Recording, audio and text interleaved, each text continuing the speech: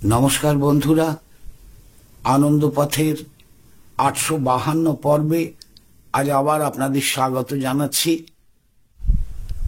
আধ্যাত্মিকতা ও বাস্তব জীবন এই নিয়ে আজ একটু সংক্ষিপ্ত আলোচনা করব। বাস্তব জীবনে চাল ডাল তেল নুন, হাঁড়ি করা বাসন কোসন, বিছানাপত্র খাট পালঙ্ক, আসবাবপত্র, রোজগার, অর্থ, আত্মীয়তা, সম্পর্ক, লাভ লোকসান, কার দ্বারা ক্ষতি, কিভাবে ক্ষতি, কেমন করে সেসবকে সরিয়ে দেওয়া যায়, আমার উপদ্রবকারীদের কি করে দূর করে দেওয়া যায়, কেমন করে আমি সুখী এবং অবশ্যই শান্ত পবিত্র একটি জীবন যাপন করতে পারি আমার বিচারে।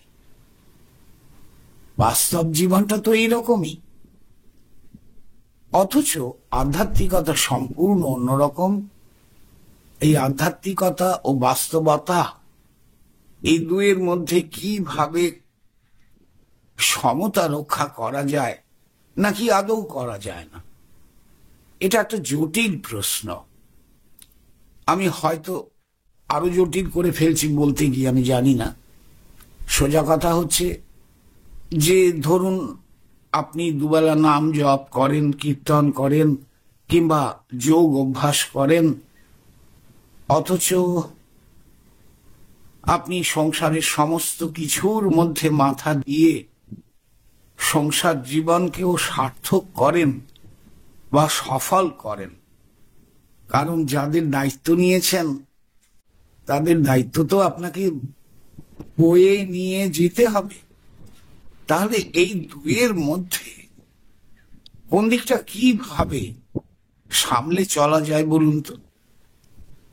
অনেকেই মনে করেন একজন আধ্যাত্মিক পুরুষ বা নারী যিনি অধ্যাত্ম পথে কিছুটা এগিয়েছেন, তিনি যদি সংসারীর মতোই থাকেন, ভাত ডাল তেল নুনের খবরেও আছেন, আবার শোয়া বসা, পোশাক আশাক, আত্মীয় স্বজন সকলের দিকে তাকানো, সব ব্যাপারটা নিয়ে চলা, এই সব কিছুই যদি তিনি দেখেন, তাহলে আর তিনি কিসের আধ্যাত্মিক? এই সব কিছুর মধ্যেই তো তার মন পড়ে থাকবে। তাহলে তিনি তো আর অধ্যাত্মবাদে এগিয়ে যেতে পারবেন না। এরকম বেশিরভাগ মানুষই মনে করেন যারা একটু আধটু অধ্যাত্মবাদের চর্চা করে। এটা একটা জটিল প্রশ্ন। আমি শুধু উত্তরে একটা কথাই বলবো যে দেখুন, মা শারদা যিনি অধ্যাত্মবাদের চূড়ান্ত এক প্রমাণ স্বরূপ উল্লেখ করা যায়, সেই দেবী সকলের খোঁজ খবর রেখে, সকলের স্নান খাওয়ার খবর রেখে, সকলের সেবা করে, সকলের মঙ্গলের জন্য প্রার্থনা করে কি করে বাকি জীবনটা কাটালেন?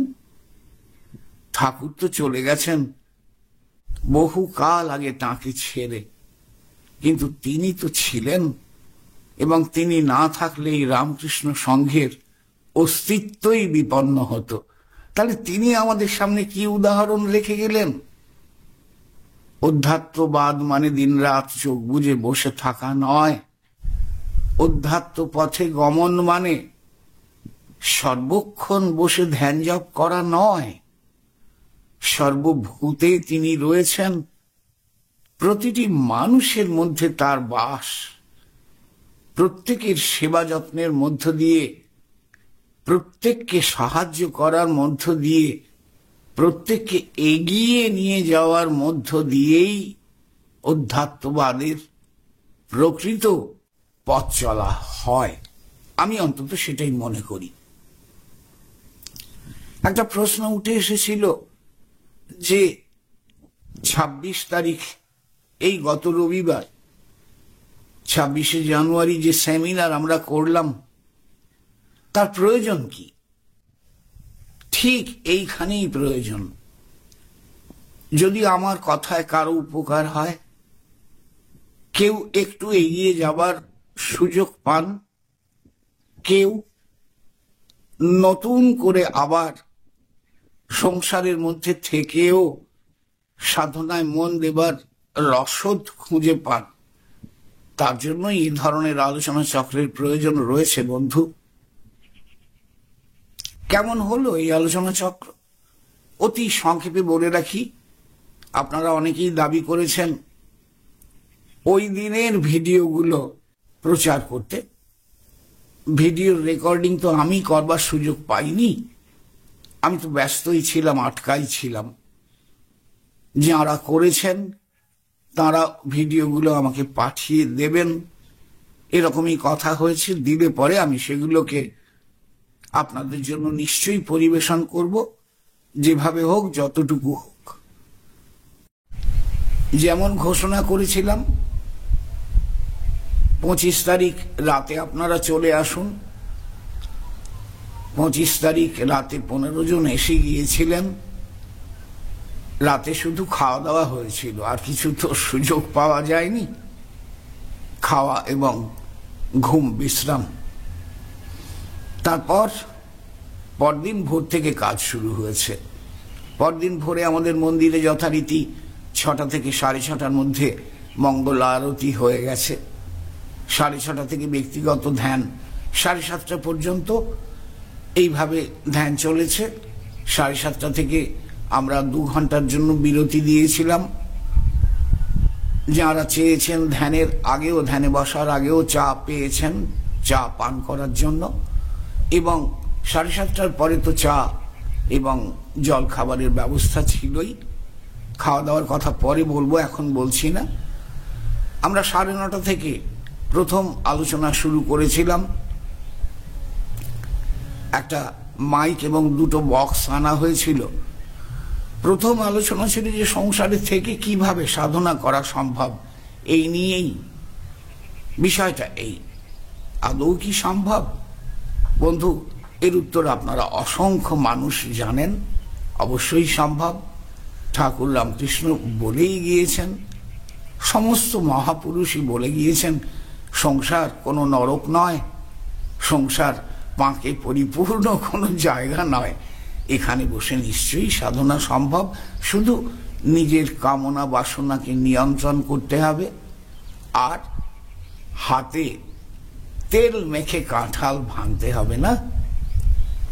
তা নাহলে যে কাঁঠালের আঠা হাত তো ভর্তি করে দেবেই, আবার হাত নাড়ব যখন, চোখে মুখে কপালে নাকে পিঠে বুকে সর্বত্র সেই আঠা লেগে একটা কদাকার অবস্থা হবে। যাতে তা না হয় তাই ভক্তিরূপ তেলটি হাতে মেখে নিতে হবে। আর আর রুটিন মেনে নিজের স্থির করা সময়ে নিজে বসবো। 2 বার, সকালে এবং রাতে, পারলে 3 বার, সকাল দুপুর রাতে। নিয়ম করে কাজ করব, গুরুর নির্দেশ পালন করব। এতেই তো আমার অগ্রগতি ঘটবে। আর ঠাকুর যে কথা বলেছেন সে কথা তো সামান্য নয়, ফেলনা নয়। তিনি বলেছেন, যতদিন সংসারের কর্তব্য কর্ম আছে ততদিন এক হাতে সংসারের কাজ করো, আর এক হাতে তাকে ধরে থাকো। তারপর যখন কর্ম শেষ হবে তখন 2 হাত দিয়ে তাকে ধরবে। এই সমস্ত বিষয়গুলোই আমরা বিস্তারিতভাবে 1 ঘন্টা আলোচনা করেছিলাম। এরপরে দ্বিতীয় অধিবেশন শুরু হয়েছিল। সেখানে আমাদের আলোচ্য বিষয় ছিল যে আমরা কিছু তো জানি না, করব কেমন করে, কোন কাজ করব। তা কাজ করতে গেলে কি লাগে, সেই কাজটা সম্পর্কে একটা জ্ঞান দরকার পড়ে না? জ্ঞান লাভের প্রয়োজনীয়তা এবং জ্ঞান কত রকম হয়, কিভাবে তাকে কাজে লাগাতে হয়, এই নিয়েই সেদিন আলোচনা হয়েছে। দ্বিতীয় অধিবেশনে জ্ঞান না থাকলে কিছু করা যায় না। দুটো পদ্ধতি রয়েছে, জ্ঞানের দুটো বিভাগ রয়েছে, একটা পুঁথিগত জ্ঞান আর একটা ব্যবহারিক জ্ঞান। বই টই পড়ে অনেক জেনে আমরা অনেক ফরফর করে কথা বলি, কিন্তু বইয়ের জ্ঞান দিয়ে খুব একটা কাজ হয় না। তার কারণ ওগুলো একেবারে শুষ্ক। শাস্ত্রে ঈশ্বরের কথা নিশ্চয়ই বলা আছে, কিন্তু শাস্ত্র পড়লে শুধু তিনি আছেন এই বিশ্বাস বোধটুকু হয়, কিন্তু তাকে পাবার রাস্তা শুধু বই পড়ে জ্ঞান অর্জন করা নয়। জ্ঞান অর্জন করতে গেলে ব্যবহারিক দিকটুকু চাই। ব্যবহারিক দিক না হলে, ঠিক না হলে ওই জ্ঞান কাজে লাগানো যায় না। তো কাজেই আমরা শুধু শাস্ত্র পড়ে যাব, অনেক বই পড়েছি, অনেক কথা বলবো, ওতে খুব একটা উপকার হবে না। আর যদি আমরা ব্যবহারিক জ্ঞান কেমন করে সেটা বাস্তবে করতে হয় এইটা অর্জন করতে পারি, তাহলেই সব ঠিক হবে। তাই সাধু সঙ্গ চাই, সৎসঙ্গ চাই, নিজের দৃঢ় সংকল্প চাই, নিয়মিত অভ্যাস চাই, তবেই তো ব্যবহারিক জ্ঞানটাকে আমরা কাজে লাগাতে পারবো। এই জাতীয় বিষয় নিয়ে দ্বিতীয় অধিবেশনে আয়োজন এবং আলোচনা সবকিছু হয়েছে। এরপর আমরা মধ্যাহ্নভোজের বিরতি পেয়েছি, খেয়ে দিয়ে প্রত্যেকেই বিশ্রাম নিয়েছি। বিকেল 4:30 থেকে আমাদের তৃতীয় অধিবেশন ছিল। তার আগে আমরা চা পান করে আবার নির্দিষ্ট জায়গায় চলে এসেছিলাম। সেখানে আলোচনা হয়েছে যে বাক্য, মন এবং মৌনতা এগুলোর মধ্যে পরস্পর সম্পর্ক কি, সাধনার ক্ষেত্রে এদের কি কোনো ভূমিকা আছে? অবশ্যই আছে। বাক্য ভীষণ গুরুত্বপূর্ণ ব্যাপার। কথা ঠিক মতো আমরা কেউই বলতে জানি না, আর কথা বলতে গিয়ে এত ভুল কথা বলি, এত ভুল ভাবে বলি, কেবল অন্যদের আহত করি, সমস্যা বাড়াই, শত্রুতা বাড়াই। এগুলোর থেকে কি করে বেরিয়ে আসা যায়, সুন্দরভাবে যাতে আমরা কথা বলতে পারি, সেটা আমাদের চেষ্টা করতে হবে। আর মৌনতা ভীষণ প্রয়োজন। আমার মুখ থেকে সেদিন এরা সকলেই শুনেছেন যে প্রতিদিন কিছুক্ষণ মৌন থাকুন, 3 ঘন্টা 4 ঘন্টা, পারলে সারাদিন মাঝে মাঝে একটা ব্রত হিসেবে নিন, পারলে 3 দিন। খুব কঠিন কাজ আমি জানি, কিন্তু তাহলেও এর চেষ্টা আমাদের করতে হবে। মৌনতার মধ্য দিয়ে তিনি আমাদের সম্মুখে এসে উপস্থিত হন, তাই মৌনতার বড্ড প্রয়োজন। পরে এই ধরনের সেমিনার করা যায় কিনা আমরা ভেবে দেখব, যেখানে আমরা মৌন শিবির পরিচালনা করব। এ কথাও সেদিন উপস্থিত ভক্তবৃন্দকে বলেছি। দেখা যাক সেটা। বিকেল 5:30 পর্যন্ত আমাদের এই তৃতীয় অধিবেশন হয়েছিল। 5:30তেই 3 জন ভক্ত রওনা দিয়েছিলেন চলে যাবেন বলে।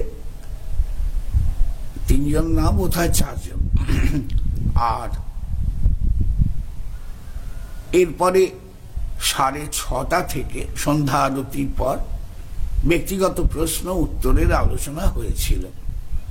সেগুলো আর কথা হিসেবে বাড়াচ্ছি না। এরপর রাত্রি 9টায় আমরা আমাদের রাতের খাবার খেয়ে যে যার মতো নিজস্ব শয্যায় বিশ্রাম পেয়েছি। পরদিন ভোরে একদম 6টার মধ্যে বেরিয়ে গেছেন এখান থেকে কিছু ভক্ত, আবার কিছু ভক্ত 7:45 এবং 9টাতে তাদের সুবিধে অনুযায়ী ট্রেন ধরার জন্য রওনা দিয়েছিলেন বন্ধুরা। এই হলো 26-এর সংক্ষিপ্ত বিবরণ। আমি নিশ্চয়ই আগেও বললাম ভিডিও প্রকাশ করব, আপনারা দেখতে পাবেন, শুনতে পাবেন। কিন্তু এই প্রসঙ্গে আর একটা কথা জানিয়ে রাখি, আগামী 9 ফেব্রুয়ারি আমরা আবার একটা এ ধরনের আলোচনা চক্র ডাকবো বলেছিলাম, সেটা সম্ভব হচ্ছে না। তাই 9 ফেব্রুয়ারি কোনো আলোচনা চক্রের কথা কেউ মাথায় রাখবেন না, যদিও সেটা পদ্ধতিগতভাবে আমি ঘোষণাও করিনি, মনে রাখবেন না ওটা। তার কারণ দেখুন, যারা আমাকে এইভাবে সহযোগিতা করছে, আমি তো একার দ্বারা কাজটা করতে পারি না, কয়েকজনকে তো দরকার। সেই সহযোগিতা যারা করছেন তারা এত ঘন ঘন ছুটি নিতে পারবেন না, এটাই তো স্বাভাবিক। তাই তারা যাতে আবার একটু বাদ দিয়ে আবার ছুটি নিয়ে আসতে পারেন, তাই সেই কথা মাথায় রেখেই 9 ফেব্রুয়ারি কোনো সেমিনার এখানে হবে না। কবে হবে আবার ভিডিও মারফত আমি নিশ্চয়ই জানিয়ে দেব। আচ্ছা, আরেকটি কথা বললাম না, 26 তারিখের খাওয়া দাওয়া কি হয়েছিল। 25 তারিখ রাত্রিবেলায় অত্যন্ত সুস্বাদু একটি খিচুড়ি রান্না হয়েছিল, সঙ্গে ছিল বেগুন ভাজা, তরকারি, চাটনি আর পাঁপড়। রবিবার সকালে 26 তারিখ সকালে চিড়ে বাদাম ভাজা ছিল জলখাবার হিসেবে, চা বিস্কুট তো ছিলই, চিড়ে বাদাম ভাজা ছিল, সঙ্গে একটি কলা, একটি কমলা লেবু এবং 2টি মিষ্টি। এই ছিল সকালের জলখাবার। মধ্যাহ্নে হালকা বা পাতলা যাই বলুন, মানে কম রিচ একটি ফ্রাইড রাইস করা হয়েছিল, আর তার সঙ্গে ছিল পনিরের তরকারি ও ফুলকপির পকোড়া ছিল, পনিরের তরকারি ছিল, চাটনি আর পাঁপড়।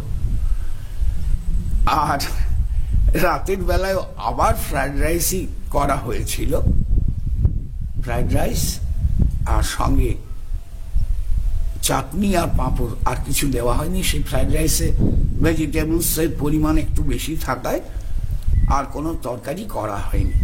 এই সমস্ত রান্না করেছে আমাদের শুভজিৎ। অবাক হয়ে গেছি আমরা সবাই। এই 17 বছরের ছোট ছেলেটি আমাদের আর এক ভক্ত তারকনাথকে সঙ্গে নিয়ে এই সমস্ত কিছু করেছে। সমস্ত অনুষ্ঠানের প্রত্যেকটি দিক দেখাশুনো করেছেন আমাদের ভক্ত অভয়। অক্লান্ত পরিশ্রম করেছেন এরা।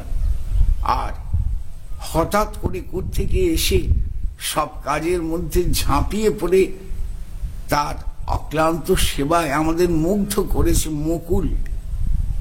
এদের পূর্ণ নাম ইচ্ছে করে বলছি না, ঠিকানা বলছি না, তাহলে আমাকে বলবে এইভাবে আমাদের কেন প্রশংসা করবেন, তাই আমিও সবার বলছি না। কিন্তু আমরা সবাই মুগ্ধ হয়ে গিয়েছি। 34-35 বছরের এক মানুষ যেখানে যখন যেটা দরকার ছুটে গিয়ে সেই কাজ করছে। আমরা মনে করেছি আমাদের অনুষ্ঠান সফল হয়েছে, সাংগঠনিক দিক থেকে হয়েছে। এবার পরদিন সকালবেলায় যাবার সময় আমরা যারা ভোর ভোর চলে গেছেন তাদের হাতে একটা করে খাবারের প্যাকেট দিয়ে দিয়েছিলাম, যাতে ছিল 2 টুকরো ফ্রুট কেক, একটি আপেল, 2টি কলা এবং একটি মিষ্টি। আর যারা বসে খেয়েছেন তাদেরও এই সবই খাবার দেওয়া হয়েছে। এইটুকু আমরা করতে পেরেছি বন্ধু। এবার দোষ ত্রুটি কি হলো যারা এসেছিলেন তারাই তো বলবেন, সেটা তো আর আমি বুঝতে পারছি না। তবে আমরা আন্তরিকভাবে চেষ্টা করেছি এবং অনুষ্ঠান সফল হয়েছে। পরবর্তী ক্ষেত্রে নিশ্চয়ই আমরা এ ধরনের অনুষ্ঠান আবার করার জন্য একটা অনুপ্রেরণা লাভ করেছি। এইটুকু বলেই আজ শেষ করলাম। আপনাদের সকলকে ধন্যবাদ, সকলের মঙ্গল কামনা করছি, সকলকে নমস্কার জানিয়ে আজকের মতো এখানেই শেষ করলাম।